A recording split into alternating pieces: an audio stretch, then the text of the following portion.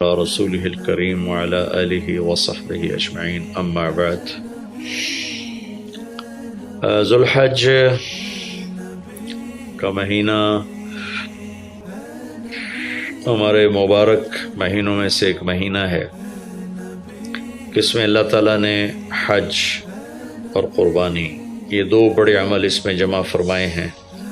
پوری دنیا سے حجاج کرام اس مہینے میں حج بھی کرتے ہیں اور پھر مینا میں آ کر قربانی کرتے ہیں، اور اللہ تبارک و تعالیٰ نے ان ایام کی قسم اٹھائی ہے، والفجر ولیال عشر والشفع والوتر واللیل اذا یسر هل فی ذلک قسم لذی حجر۔ اور کسی دن کی قسم اللہ نے ایسے نہیں اٹھائی، خاص کر اللہ کو عید کے دن کی قسم اٹھائے یا جمعے کی قسم اٹھائے یا لیلۃ القدر کی قسم اٹھائے، انا انزلناہ فی لیلۃ القدر وما ادراک ما لیلۃ القدر، یہ گفتگو فرمائی، خبر دی۔ لیکن والفجر، مجھے قسم ہے فجر کی، اس سے مراد 10 تاریخ کی صبح جو 9 کا دن گزار کے حج کا دن ہوتا ہے، اور وہ گزار کے جب 10 کی صبح یعنی قربانی کی جو صبح ہے، اللہ نے والفجر اس کی قسم اٹھائی۔ پھر ولیال عشر، یکم سے 10 ذوالحج کی جو راتیں ہیں ان کی قسم اٹھائی۔ وہ شفع، یہ 10 کے دن کی قسم اٹھائی۔ والوتر، اور یہ اللہ تعالیٰ نے 9 تاریخ کی قسم اٹھائی۔ واللیل اذا یسر، اور یہ 9 اور 10 کی درمیانی رات کی اللہ تعالیٰ نے قسم اٹھائی۔ یہ کسی بھی ٹائم کی، دن کی، مہینے کی، سال کی، اس طرح اللہ تعالیٰ نے خوبصورت انداز میں قسم نہیں اٹھائی جیسی اللہ تبارک و تعالیٰ نے یہ ان 10 دن راتیں، 9 کا دن، 10 کا دن، 10 کی رات، 10 کی صبح۔ اور اللہ کے نبی کا فرمان ہے کہ ان 10 دنوں میں اللہ تعالیٰ کو جتنی عبادت پسند ہے وہ اور کسی دن میں بھی پسند نہیں، اور اس میں کوئی شک نہیں، ان 10 دنوں میں سب سے بڑی عبادت وہ حج ہے، جس کو اللہ تعالیٰ نصیب فرمائے اور جس کے مقدر میں فرمائے۔ حج ان 10 دنوں کی سب سے بڑی عبادت ہے۔ عرفات کی 1 دن کی حاضری وہ 10 لاکھ دن کی حاضری یا 1 لاکھ دن کی عبادت کے برابر ہوتی ہے، اور عرفات کے دن کی حاضری میں اللہ تعالیٰ کا ارشاد ہوتا ہے، میرے بندو آج اتنے گناہ لے کر آؤ، جتنے بارش کے قطرے، جتنے درختوں کے پتے، جتنے ریت کے ذرے، جتنے گردش ایام میں جب سے ٹائم شروع ہوا ہے اس میں بننے والے دن اور رات، اور یہاں کے توبہ کرو میں سب معاف کروں گا۔ اور عرفات کے دن جتنا شیطان ذلیل ہوتا ہے اتنا کسی دن بھی ذلیل نہیں ہوتا، اور میرے محبوب صلی اللہ علیہ وسلم نے یہ دن حج کا، عرفہ کا، زور اثر کٹھی پڑھ کے پھر سارا دن شام تک کوئی 5-6 گھنٹے مسلسل دعا مانگی، اور آپ نے فرمایا کہ اس وقت میرا اللہ میرے صحابہ پہ فخر فرما رہا ہے، اور قربان جاؤں خطاب کے بیٹے پر، فرمایا، اور عمر بن خطاب پہ اس وقت میرا اللہ خاص طور پہ خوش ہو رہا ہے، اور خاص طور پہ عمر بن خطاب پہ اللہ تعالیٰ فخر فرما رہا ہے۔ تو ان 10 دنوں میں جسے اللہ حج میسر فرما دے تو اس سے بڑی عبادت کوئی نہیں۔ حج میسر نہیں ہے تو پھر ان 10 دنوں میں نومی کا روزہ رکھنا، ان 10 دنوں میں روزے رکھنا، اس میں نوافل کی کثرت، صدقے کی کثرت، پھر قربانی، یہ سارے اعمال ان 10 دنوں میں انتہائی محبوب ہیں، جنہیں اللہ سعادت دے دے حج کی، بار بار جائیں۔ تابعوا بین الحج والعمرہ، حج عمرہ آگے پیچھے کرو، آگے پیچھے کرو۔ ایک بہت بڑا طبقہ ہے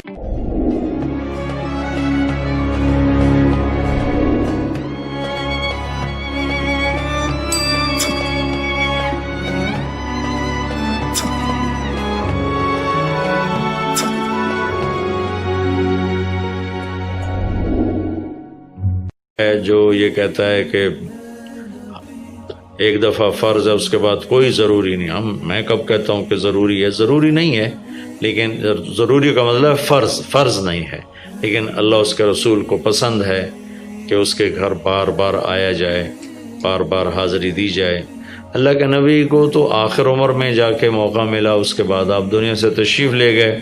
اگر آپ اس کے بعد زندہ رہتے تو یقیناً آپ ضرور حج کرتے، چونکہ آپ نے جتنے سال مکہ میں گزارے آپ نے ہر سال حج کی، نبوت کے اعلان سے پہلے بھی اور نبوت کے اعلان کے بعد بھی آپ نے مسلسل حج کی، اور 4 عمرے آپ نے فرمائے زندگی میں پر 4 عمر۔ ایک عمرہ مدینہ سے خاص طور پر تشریف لائے جس کو ہم صلح حدیبیہ کہتے ہیں، وہ ہو نہیں سکا، لیکن آپ نے وہیں عمرے کا کام پورا کیا، سر مڑائے، احرام کھولے، پھر اگلے سال آپ اس کی قضاء کے لیے تشریف لائے۔ پھر ایک عمرہ آپ نے فتح مکہ کے بعد جعرانہ سے احرام باندھ کے تشریف لائے اور عمرہ کیا، اور ایک عمرہ آپ نے اپنے حج کے ساتھ کیا۔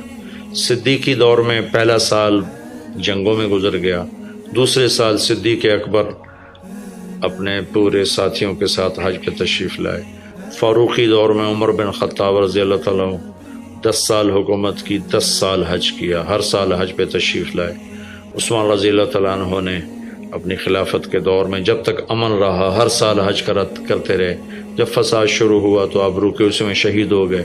علی رضی اللہ تعالیٰ عنہ کو موقع نہیں ملا، جنگوں میں زندگی گزر گئی، اور اسی میں آپ اللہ پاک کی بارگاہ میں پہنچ گئے۔ تو لیکن باقی 3 ساتھیوں کی خلافت کے دور میں آپ نے بکثرت حج اور عمرے کیے۔ تو دین کے کسی عمل کو یوں کہہ کر ہلکا نہیں بنانا چاہیے کہ اس کی کیا ضرورت ہے، اتنا پیسہ خرچ کرتے ہیں، اس کی کیا ضرورت ہے، کسی غریب کو دے دیا جائے۔ یہ اس طرح تقابل نہیں کرنا چاہیے کہ اللہ کے گھر کی حاضری کو اتنا ہلکا نہیں سمجھنا چاہیے۔ میرا اللہ بلائے تو بار بار جانا چاہیے، اور جس کو اللہ توفیق دے عمرے پہ جائے، حج پہ جائے۔ ہاں، غریبوں پر بھی خرچ کرے، اپنے رشتہ داروں پر خرچ کرے، ضرورت مندوں پر خرچ کرے، لیکن اللہ کے فضل سے امید ہے جو اس طرح اللہ کے گھر جانے پر خرچ کرتے ہیں تو اپنے اللہ کے فضل سے غریبوں پر بھی خرچ کرتے ہیں۔ اس کو آپس میں یوں اس کا مقابلہ نہیں کرنا چاہیے، چیز اللہ کو پسند نہیں ہے۔ شہنشاہ کے، دنیا کے سب سے بڑے بادشاہ کے دربار میں حاضری کو ہم اتنا ہلکا نہ سمجھیں، بہت بڑی سعادت ہے۔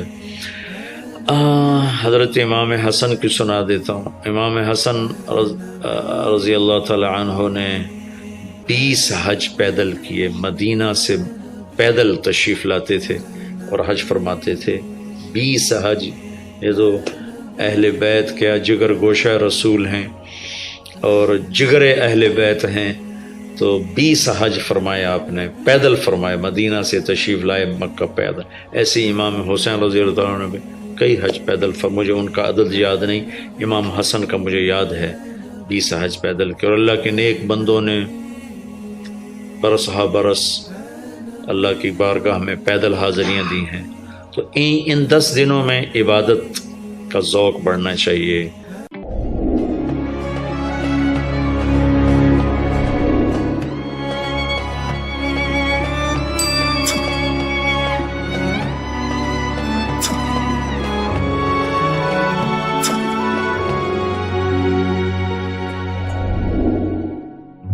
نوافل بڑھائے جائیں، ذکر بڑھائے جائے، تلاوت بڑھائی جائے، ہمت ہو تو روزے رکھے جائیں، خاص طور پہ 9 تاریخ کا روزہ پچھلے سال کے سارے گناہ معاف ہو جاتے ہیں، ایک دن کا جو روزہ ہے۔ پھر اس کا دوسرا جو بڑا عمل ہے وہ قربانی ہے، اور یہ قربانی آدم علیہ السلام سے چلی آ رہی۔ وَاتْلُ عَلَيْهِمْ نَبَأَ ابْنَيْ آدَمَ بِالْحَقِّ إِذْ قَرَّبَا قُرْبَانًا فَتُقُبِّلَ مِنْ أَحَدِهِمَا وَلَمْ يُتَقَبَّلْ مِنَ الْآخَرِ۔ اس قربانی کی بنیاد تو آدم علیہ السلام سے پڑی ہے، لیکن ہمیں جو حکم ملا وہ سنت ابیکم ابراہیم، وہ ابراہیم علیہ السلام کی سنت ہے قربانی۔ ایک بہت خوبصورت قصہ ہے اور بہت عجیب و غریب قصہ ہے کہ اللہ پر سب کچھ لگا دینا۔ ایک شخص کو اولاد کے لیے دعا مانگتے مانگتے مانگتے کچھ 60 برس گزر گئے، 65 برس گزر گئے۔ رب ہب لی من الصالحین، یا اللہ مجھے نیک اولاد دے دے، نیک اولاد دے دے۔ نیک اولاد میری 84 سال کی عمر میں، اللہ نے 84 سال کی عمر میں بیٹا دیا۔ بڑھاپے کی اولاد تو دل پکڑ لیتی، اور ابھی چند دن نہیں گزرے تھے کہ اللہ نے کہا جاؤ اسے چھوڑ کے آؤ۔ یہ کہاں چھوڑ کے آؤں؟ کہ جبریل آئے گا تمہیں راستہ بتائے گا۔ تو جبریل انسانی شکل میں آئے، وہ براق کی طرح نہیں ہے سفر ہوا کہ ایک دم میں پہنچا دیا، بلکہ جبریل انسانی شکل میں آئے، اونٹنی پر سوار ہو کر ابراہیم علیہ السلام دوسری اونٹنی پر، بچہ اور بیگم، اور ان کو فلسطین سے چلایا، اور چلاتے چلاتے چلاتے چلاتے جب مکے کے کالے پہاڑ آ گئے جہاں کچھ بھی نہیں ہے، نہ پانی نہ سایہ، کہ یہاں چھوڑ دو، بیت اللہ ٹیلا تھا اس وقت، یہاں چھوڑ دو۔ تو ابراہیم علیہ السلام جو آگ میں ڈلتے ہوئے نہیں گھبرائے، یہ بات سنی تو گھبرا کر کہنے لگے یہاں کیسے چھوڑ دوں، یہاں تو کچھ بھی نہیں ہے۔ تو جبریل نے کہا جی آپ کے اللہ کی منشا ہے کہ اس بچے کو یہیں چھوڑ دیا جائے، تو انہیں وہیں چھوڑا اور واپس چل دیا۔ اور حضرت ہاجرہ حیران پریشان ہو گئی، کہاں چھوڑ کے جا رہے ہو، کیوں چھوڑ کے جا رہے ہو، جواب ہی نہیں دے رہے۔ 3 میل ان کے ساتھ چلتے نہیں، وہ جواب ہی نہیں دے رہے۔ 3 میل کے بعد ان کو یاد آئی یہ تو اللہ کے نبی ہیں۔ اللہ امرک، ابراہیم کا یہ اللہ کا حکم ہے؟ کہاں اللہ کا حکم ہے؟ اذن لن یضیعنا اللہ، جاؤ پھر اللہ مجھے ضائع نہیں کرے گا۔ اس طرح بنیاد رکھی، بچے کو ایسے جنگل میں چھوڑا۔ جب وہ بڑے ہو گئے تب حکم آیا جاؤ ذبح کرو۔ تو اب آپ کی عمر ہو چکی ہے کوئی 92 سال یا 94 سال، 90 پلس ہے، 100%۔ فلسطین سے چلے مکہ جا رہے ہیں، کیا کرنے جا رہے ہیں؟ بچہ ذبح کرنے جا رہے ہیں، کوئی مرغی اور بکرا ذبح کرنے نہیں جا رہے ہیں۔ پھر ان کو تیار کرا کے مینا کی وادی میں لا کر کہنے لگے بیٹا اللہ کا حکم ہے تمہیں ذبح کر دو۔ تو بیٹے نے کہا یا ابت افعل، تو آپ کر دیں جو کرنا ہے۔ ابراہیم علیہ السلام کہنے لگے تو یہ خبر بھی ہے میں کیا کہہ رہا ہوں؟ کہ جی مجھے پتہ ہے، آپ کہہ رہے ہیں مجھے ذبح ہونا ہے تو آپ کے بدلے میں مجھے اللہ ملے گا، وہ آپ سے بہتر ہے، اور دنیا کے بدلے میں جنت ملے گی، وہ دنیا سے بہتر ہے۔ پھر معصوم بچے نے کہا ابا میرے ہاتھ باندھنا، تو مجھے الٹا لٹانا، اور پھر فرمایا کہ مجھے اپنا کرتا اتارا اور کہا کہ یہ میری اماں کو دے دینا، میری نشانی رہے گا، اور آپ اپنے کرتے میں مجھے کفن دے کے ادھر دفن کر دینا۔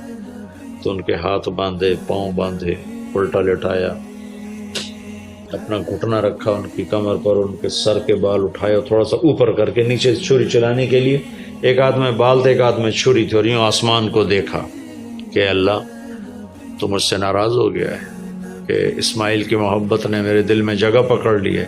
نہیں میرے مالک، میرے دل میں تیرے سوا کچھ نہیں ہے، اگر میرا کوئی امتحان ہے تو پاس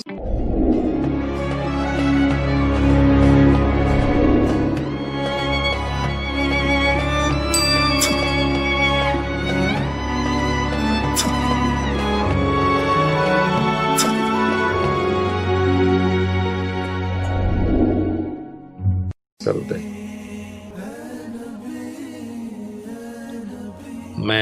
میرے دل میں تیرے سوا کچھ نہیں ہے، اور اگر تم مجھ سے ناراض ہے تو اپنی ناراضگی دور کر دو، چھری چلا دو۔ تو میرے مالک نے اسماعیل کو نکال کر چھترے کو ڈال دیا، چھترا، اور آنکھ کھلی تو آنکھوں پر پٹی تھی، کھولی تو آگے چھترا ذبح تھا۔ نبی پاک صلی اللہ تعالی علیہ وسلم قربانی کے موقع پر 2 چھترے، بکرا نہیں، بھیڑ نہیں، گائے نہیں، بھینس نہیں، 2 چھترے ذبح فرماتے تھے قربانی کے، ایک اپنی طرف سے ایک امت کی طرف سے۔ حج کے موقع پر آپ نے 63 اونٹ ذبح کی، 63 اونٹ، جو ایک اونٹ میں 7 آدمی ہوتے ہیں، ایک اونٹ میں 7 آدمی ہوتے ہیں۔ تو کچھ 441 قربانیاں آپ نے کی اپنی طرف سے، اور مالداروں کو پیغام دیا کہ قربانی خوب کرو۔ لیکن ہمارے ملک میں ایک عجب چیز چل گئی ہے، بیل لے لیا، 20 لاکھ کا بیل لے لیا۔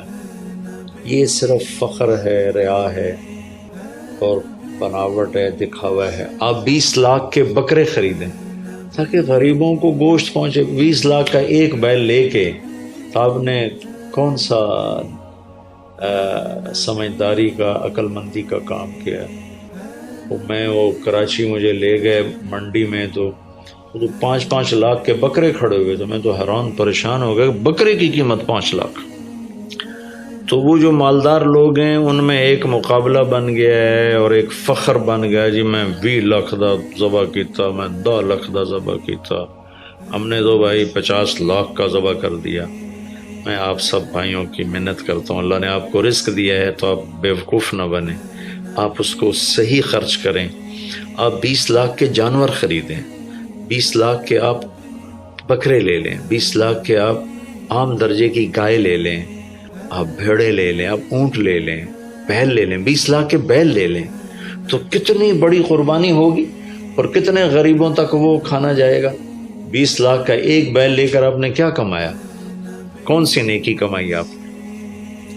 تو میں اگر کوئی میری بات پہنچ جاتی ہے کسی ایسے میرے بھائی تک جو ایسا شوقین ہے، یقیناً اس نے اللہ کے لیے بہت بڑا قدم اٹھایا کہ 20 لاکھ خرچ کر دیے ہیں، لیکن تھوڑی سی نادانی سے کام لیا ہے، بلکہ بہت بڑی نادانی سے کام لیا ہے کہ 20 لاکھ صرف 4-5 من 10 من گوشت پہ لگا دیے، جبکہ اس میں سے 1000 من گوشت نکل سکتا تھا اگر وہ 20 لاکھ کے بکرے لے لیتے، 20 لاکھ کی بھیڑیں لے لیتے، چھترے لے لیتے، دمبے لے لیتے، 20 لاکھ کی گائے عام خرید لیتے، وہ بچھڑے لے لیتے، تو کتنے غریبوں تک یہ گوشت چلا جاتا.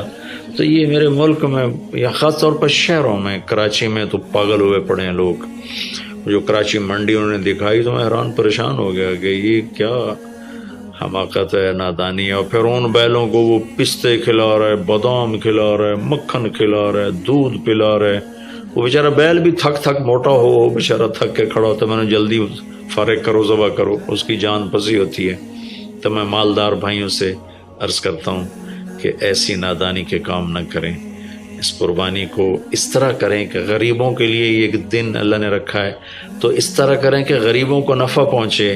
یہ اس نادانی سے توبہ کریں کہ ایک بیل 10 لاکھ کا لے لیا، ایک بکرا 5 لاکھ کا لے لیا، اس میں کتنا پیسہ آپ نے ایک تھوڑے سے بہت تھوڑا نفع کمایا، بہت زیادہ خرچ کیا.